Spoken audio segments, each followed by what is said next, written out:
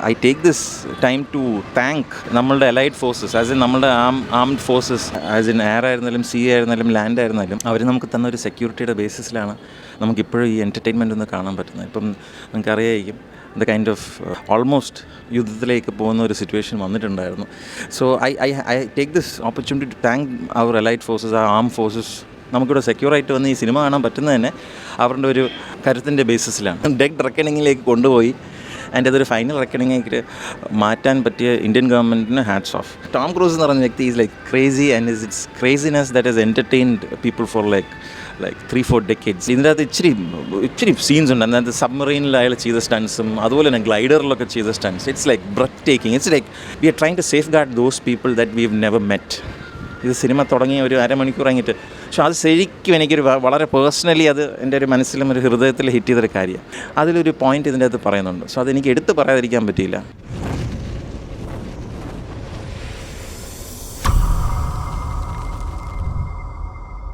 Sometimes nearly impossible to believe. It's been like 30 years. നമ്മളൊരു എനിക്ക് തോന്നുന്നു ജെയിംസ് ബോണ്ട് എന്ന് പറഞ്ഞ സിനിമയുടെ ഫ്രാഞ്ചൈസിക്ക് ശേഷം ഏറ്റവും കൂടുതൽ റൺ ചെയ്തിട്ടുള്ളൊരു ഫ്രാഞ്ചൈസിയാണ് ടോം ക്രൂസിൻ്റെ Mission impossible.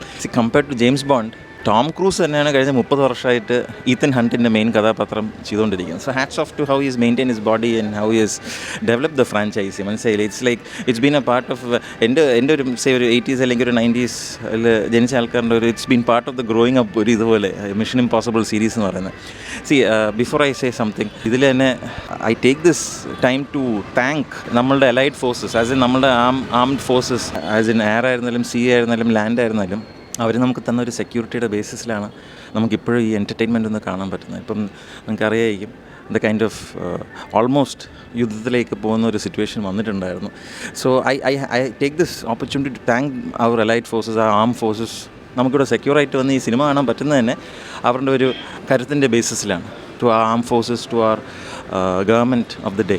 So thank you for that. അപ്പോൾ ഇത് ഞാൻ പറയാൻ കാരണം വേറെ അല്ല, ഇതിൻ്റെ അകത്ത് ഇമ്പോസിബിൾ മിഷൻ ഫോഴ്സ് എന്ന് പറഞ്ഞ ഒരു ടീം ലീഡ് ചെയ്യുന്നതാണ് ഈത്തൻ ഹണ്ട് ഫോർ ഇയേഴ്സ്. അത് IMF എന്നാണ് ഇത് അറിയപ്പെടുന്നത്.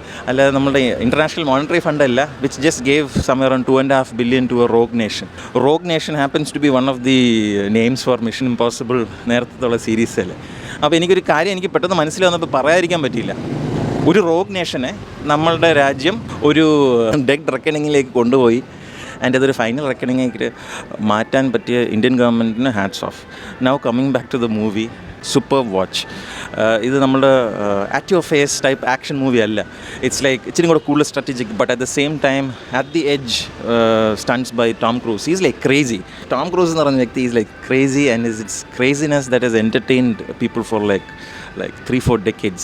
ലെറ്റ് ഇറ്റ് ബി അത് ഒരു ഫ്യൂ ഗുഡ് മെൻ എന്ന് പറഞ്ഞ മൂവി എന്നായിരുന്നാലും, let it be anything, Minority Report ആയിരുന്നാലും, you need class, he'll give you class, you need mass, he'll give you mass. So Mission Impossible except എനിക്ക് തോന്നുന്നു കഴിഞ്ഞ ഈ ഒരു ഇത്രയും സീരീസിൽ തന്നെ 1-2 ചാപ്റ്റേഴ്സ് ഒഴിച്ച് ബാക്കിയെല്ലാം ഹാവ് ബീൻ ഗുഡ്. ഇതിൻ്റെ തൊട്ട് മുമ്പത്തുള്ളത് ഡിഡ് നോട്ട് ഫിനാൻഷ്യലി അത്രയ്ക്കും ഫീസിബിളായി പോയില്ല.